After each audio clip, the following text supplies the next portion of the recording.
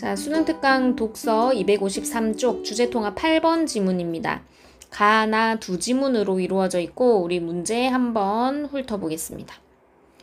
1번 가와 나에 대한 설명으로 가장 적절한 것. 자, 두 지문의 내용 전개 방식을 비교 대조하는 문제. 우리 주제통합 지문에 자주 나오는 유형입니다. 2번 가나에서 알 수 있는 내용 일치 불일치 문제. 이거는 각 지문에서 각 선지의 근거 찾는 거 연습하기 좋은 문제 유형이고, 요 앞부분 보면 지금 푸코, 브루통, 초현실주의자 이렇게 사람 이름이나 어떤 집단을 가리키는 말이 나와 있습니다. 내용도 어느 정도 예측할 수 있고, 3번에 가와 관련한 이해니까 가 지문 읽고 3번 바로 해결. 4번에 가, 나를 바탕으로 이거는 두 지문 다 읽고 보기에 적용하는 문제. 그림도 하나 나와 있네요. 그러면 우리 가 지문부터 한번 같이 살펴보도록 하겠습니다. 문단 번호를 한번 쭉 달아보는데 세 문단밖에 없습니다. 자, 첫 번째 문단부터 한번 봅시다. 장소에 관한 철학을 대표하는 현대 철학자 미셸 푸코는 유토피아의 개념과 대별되는 개념으로 헤테로토피아를 제시하였다. 자, 그러면 지금 두 개념을 비교해서 설명을 해주려는 것 같은데, 뒤에 오는 이 헤테로토피아가 주인공인 것 같으니까 우리 요 표시를 조금 구분해서 해봅시다. 유토피아를 세모로 표시해 보겠습니다. 그는 우리는 순백의 중립적인 공간 안에서 살지 않는다라고 하였는데, 여기서 순백의 중립적인 공간은 유토피아를 가리킨다. 자, 이렇게 문제 지문에서 유토피아하고 헤테로토피아를 다르게 표시를 한번 해보겠습니다. 푸코에게 유토피아란 현실에서 실제적인 장소를 점유하지 않고 있는 비현실적이며 균질적인 공간이다. 우리 토마스 모어의 유토피아, 이상향이라고 주로 나오는 그 공간을 얘기합니다. 근데 현실에서 실제로 존재하지 않는 비현실적 공간, 균질적 공간이라고 소개를 합니다. 한편 헤테로토피아는 현실에 실제하지만 우리가 사는 현실과는 이질적인 공간이다.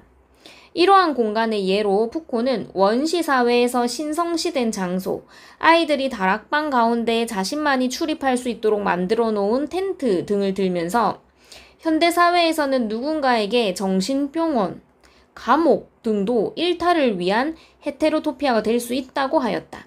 그러니까 현실에 존재하는 공간이지만 지금 의미가 다르게 해석되는 거다. 그죠? 이러한 공간은 기존의 권력 체계에서 벗어나 있고 그것에 반하는 질서를 갖고 있는 반공간이다. 그렇기 때문에 헤테로토피아는 낯설고 위험한 곳처럼 보이기도 하고 누군가에게는 위안을 주고 해방을 실현하는 공간이 되기도 한다. 푸코는 헤테로토피아가 현실에 대한 이의 제기를 수행하는 일종의 대항 공간, 현실 전복의 공간이 된다고도 하였다. 푸코에 따르면 헤테로토피아에서 사람들은 새로운 세상의 질서를 만들고자 하고 현실 전복을 시도한다. 현실을 뒤엎는 거지. 뒤집어버리기. 또한 푸코는 헤테로토피아를 구성하지 않는 사회는 없다. 모든 사회는 다 헤테로토피아를 구성하고 있다. 강조하면서 그 공간은 현실에서 다수를 위해 만들어진 공간과 차별화된다고 했으니까 요거는 비교되는 점입니다. 그죠? 이거와는 차별화, 다르다. 헤테로토피아는 모두에게 공동으로 놓인 공간이라기보다, 이것도 마찬가지. 자, 이것이라기보다 다양한 특성을 지닌 각 계층을 위한 공간, 공동체의 다양성을 담보할 수 있는 공간이다. 그래서 헤테로토피아는 단수가 아니라 복수이며 저마다 다른 질서와 문화를 가지고 있어 비균질적이다. 자, 지금 이 문단에서는 이 헤테로토피아의 특징에 대해서 쭉 나열하고 있습니다. 푸코는 헤테로토피아를 바깥의 공간이라는 말로도 설명하였다. 푸코에 따르면 우리들의 삶의 공간은 조합을 통해 배치되는데 이때의 조합은 기존의 질서나 구조, 권력 안에서 이루어진다. 바깥의 공간은 기존 질서에 의한 공간과 관계를 맺고 있지만 기존 질서를 전복하는 양태를 띈다. 오, 신기하다. 기존의 질서와 관계는 있지만 그 기존 질서를 전복 뒤집어 버리는 모양이다. 푸코는 기존 질서에 입각하여 배치된 공간이지만 현실 어디에도 없는 곳이 유토피아. 자, 또 한 번 유토피아와 비교를 합니다. 요거 표시 마저 해볼게. 기존 질서에 입각하여 배치되어 있지만 현실에는 존재하지 않는 곳. 기존 질서를 전복하는 방식으로 배치된 공간. 기존 질서와 대립적 관계를 맺고 현실 어딘가 있는 곳이 바로 헤테로토피아라고 하였다. 이에 대해 푸코는 유토피아와 헤테로토피아란 각각이니까 요거 따로 표시해줘야겠네. 유토피아는 현실에 대한 감응. 그러니까 이 현실의 감응이라는 거는 일단 공감을 하고 반응을 하고, 그러니까 현실의 문제를 보고서 이 현실을 좀 더 나아지게 한번 만들어보자, 이상적으로 만들어보자 하는 게 이제 유토피아. 근데 헤테로토피아는 지금 현실에 대해서 반감의 상상력이라는 말이 나왔어. 아까 현실 전복 이런 말이 나왔잖아. 이 현실 자체에 대해서 반대하는 겁니다. 그래서 이 현실 자체가 문제야 하면서 뒤집어 버리는 게 이게 헤테로토피아적인 상상력이라는 거야. 끊임없이 재구성되는 장소라고 표현하기도 하였다. 푸코의 헤테로토피아라는 개념은 현대 예술가들의 작품을 해석할 때도 적용되는데, 화폭을 현실 대항과 현실 전복의 상상력을 발휘하는 수단, 우리의 현실과는 다른 새로운 가능성을 찾을 수 있는 바깥의 공간으로 다루는 현대 예술가들의 철학적 바탕이 바로 푸코에게 있다. 그러면 이 푸코의 철학이, 이 헤테로토피아라는 이 개념이 현대 예술가들에게는 어떤 영향을 주었는지까지 설명을 하고 있습니다. 자, 그러면 우리 아까 가를 읽고 풀 수 있는 문제들 있었잖아. 바로 한번 해결해 볼까나? 1번에도 가만 나와 있는 거 지금 2개나 있어요.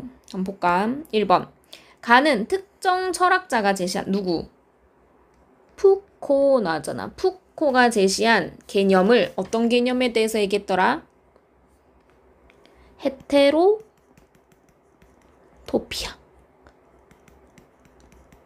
자, 이것을 다른 개념과의 비교를 통해, 이 개념 뭔데? 유토피아.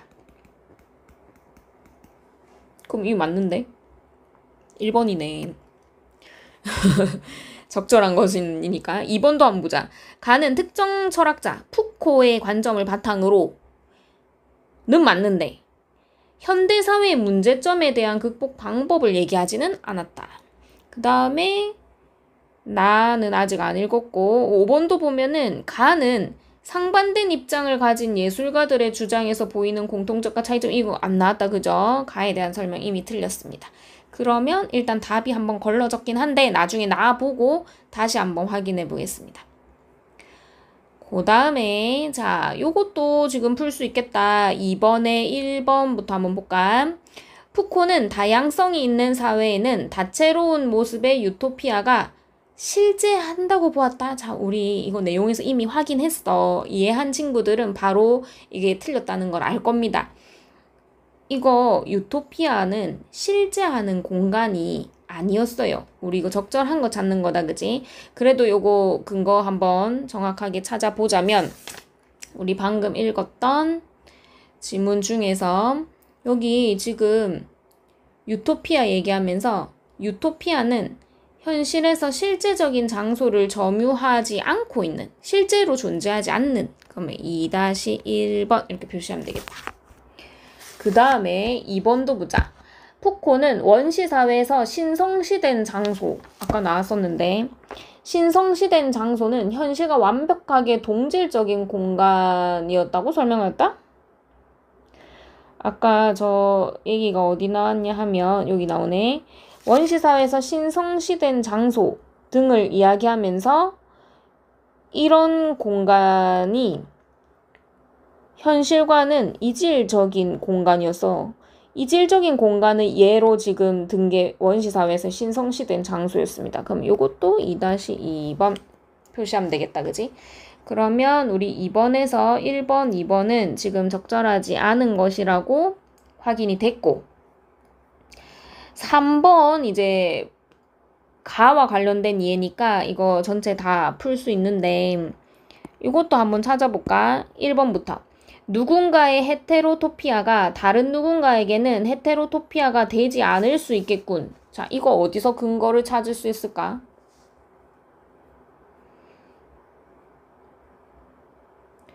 뭐 여러 부분을 근거로 잡을 수 있을 것 같은데 선생님은 나 이거 할까?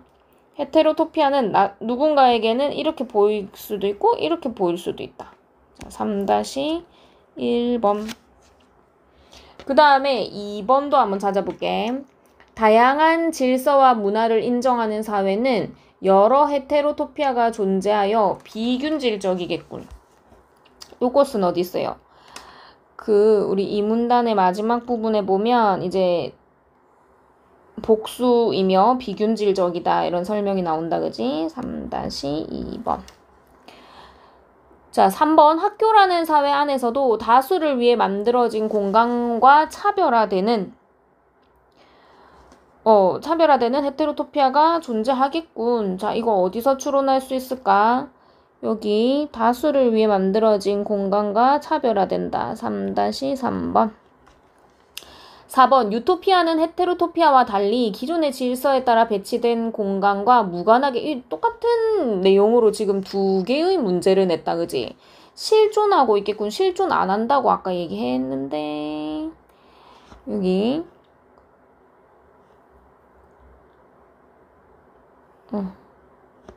여기 줄 거면 되겠다. 3-4번. 그 다음에 5번. 그래서 4번이 지금 적절하지 않은 거다. 그지? 5번. 개인이 일탈을 감행할 수 있는 공간은 반공간으로서 개인에게 위안을 주는 기능을 할 수 있겠군. 아까 반공간에 대한 설명을 하면서 여기 나오지. 우리 아까 3-1번 할 때 줄 그었던 부분인데 요 옆에다가 5번 요렇게도 표시해 놓을까? 그래서 3번은 방금 우리가 근거 하나하나를 다 찾아봤더니 정답은 4번이 되겠다. 그 다음에 나 지문을 이제 마저 보겠습니다. 초현실주의는 자, 얘도 문단 번호 먼저 달고 2문단, 3문단. 이것도 문단 길이는 별로 안 길다. 글 길이는 그죠? 초현실주의는 이성의 지배를 거부하고 비합리적인 것과 잠재의식을 탐색하는 예술 혁신 운동으로 그러니까 이성이 아니라 비합리, 잠재의식 이런 거를 탐색하는 거래. 1920년대 합리주의를 만능으로 여기는 풍조에 대한 반동으로 일어났다. 합리주의에 대한 반동으로 일어났다.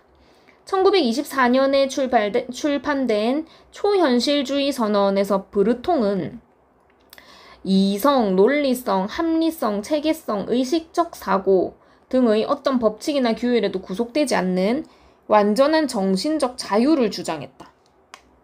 브르통은 기존의 예술이 현실을 재현하는 모방에 지나지 않는다고 반성하자. 이성에서 해방된 순수한 상상력과 무의식으로 예술이 창조되어야 한다고 주장했다. 그러니까 이성을 반대하는 거야.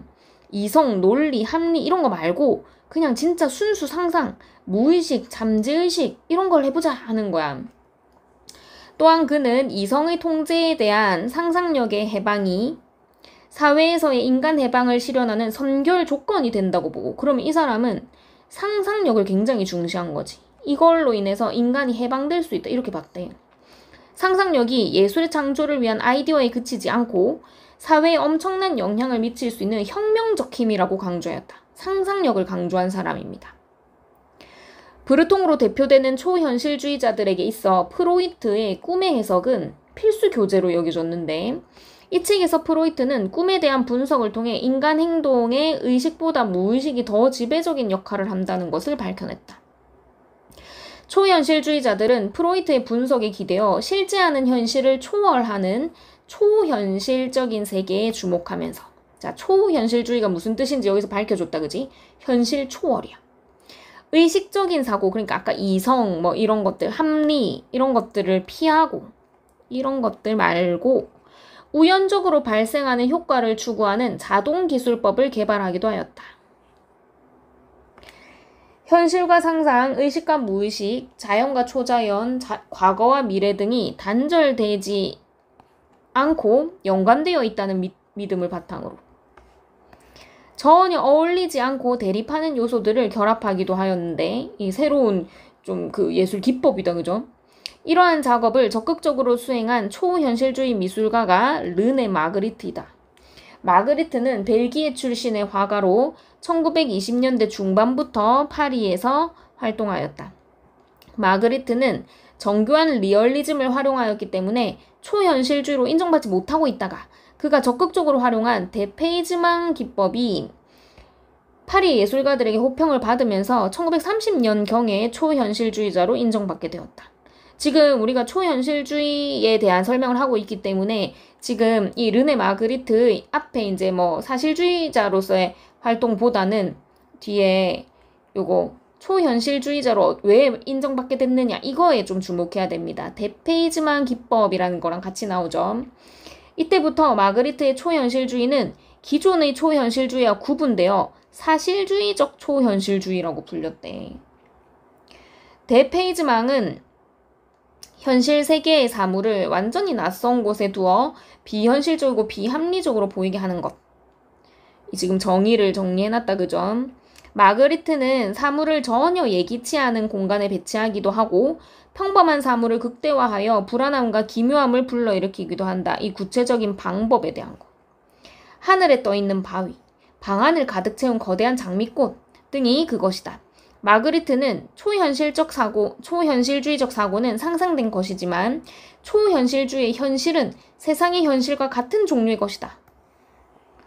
라고 하였는데 이 말에서 마그리트가 대상을 왜곡하기보다 대상을 사실적으로 표현하면서 데페이즈망을 통해 현실과 외부 세계의 접촉을 실현하고 있음을 확인할 수 있다. 자, 그러면 우리 나머지 문제 바로 풀어볼 겁니다. 1번에서 3번 한번 봐봐. 나는 특정 예술가가 독자적인 기법을 장안하여 자, 이거 나왔잖아. 누구지? 이 마그리트가 데페이즈망을 창안하였는데 이걸 정착시키기까지의 과정을 순차적으로 이거는 아니었습니다. 얘를 소개한 거지, 그지? 4번 나는 현대미술가들이 공통적으로 추구한 게 아니고 지금 마그리트의 데페이즈망 얘기했는데 5번 나에서도 상반된 입장을 가진 예술가들의 주장 이런 거 없었다, 그지? 그러면 우리가 아까 찾아놨던 1번이 역시나 정답이구나 확인했습니다.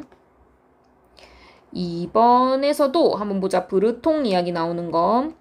사회에서의 인간 해방을 위한 동력으로 상상력의 중요성을 강조하였다. 이거 아까 앞에 나왔었잖아. 자, 나에서 여기 보면 상상력의 해방이 인간 해방을 실현하는 선결 조건이 된다라고 했거든. 여기 2-3번. 그러면 적절한 거 고르는 거니까 지금 이번에 답이 3번이 되겠습니다.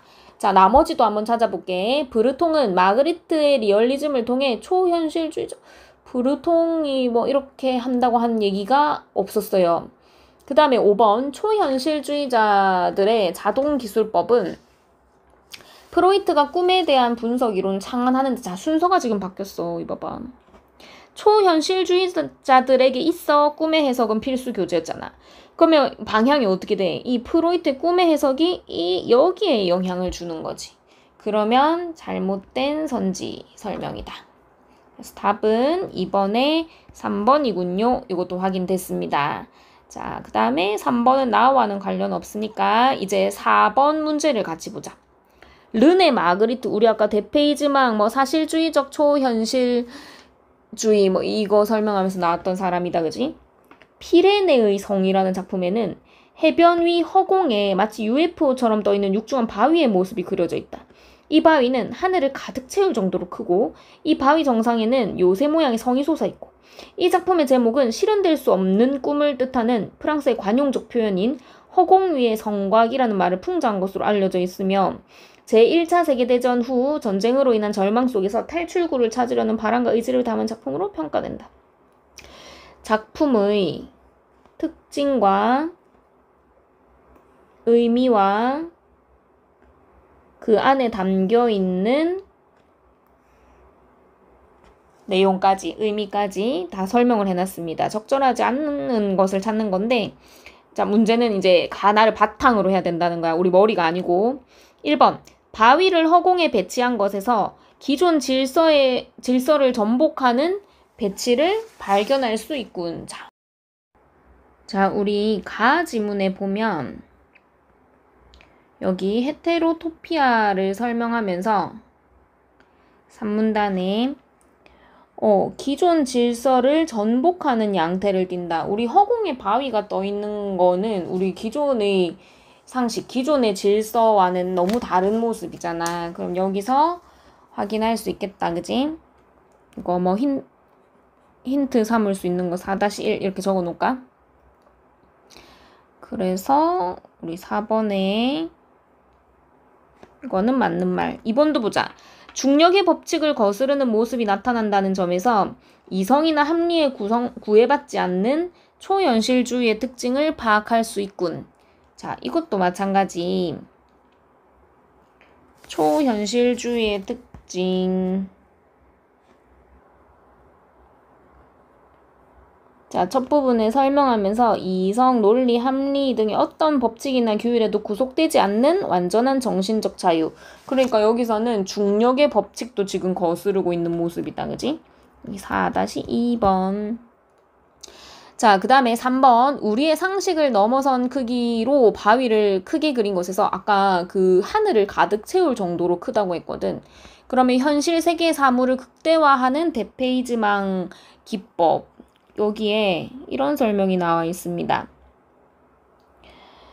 여기 봐봐. 평범한 사물을 극대화하는 기법을 쓰기도 한다. 했으니까 이것도 가능하겠다. 그지? 4번. 하늘에 떠있는 성은 전쟁이 일어나고 있는 현실에 대한 반감의 상상력이 작용한 곳이라. 아까 그 전쟁으로 인한 절망 속에서 탈출구를 찾으려는 바람이라고 했잖아.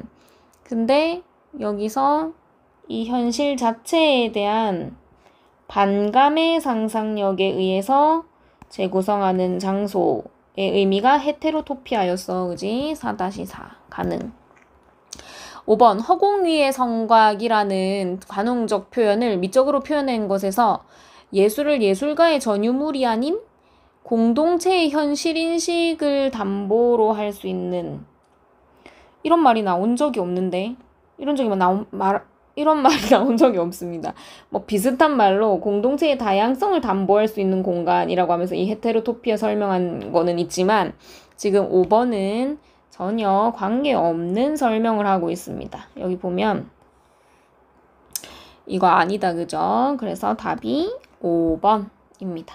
그래서 여러분 뭐 자기가 모르는 내용이나 모르는 사람, 철학자에 대한 얘기가 나오더라도 항상 우리가 연습해야 되는 거는 그 지문 안에서 근거를 찾고 해결할 수 있는 거.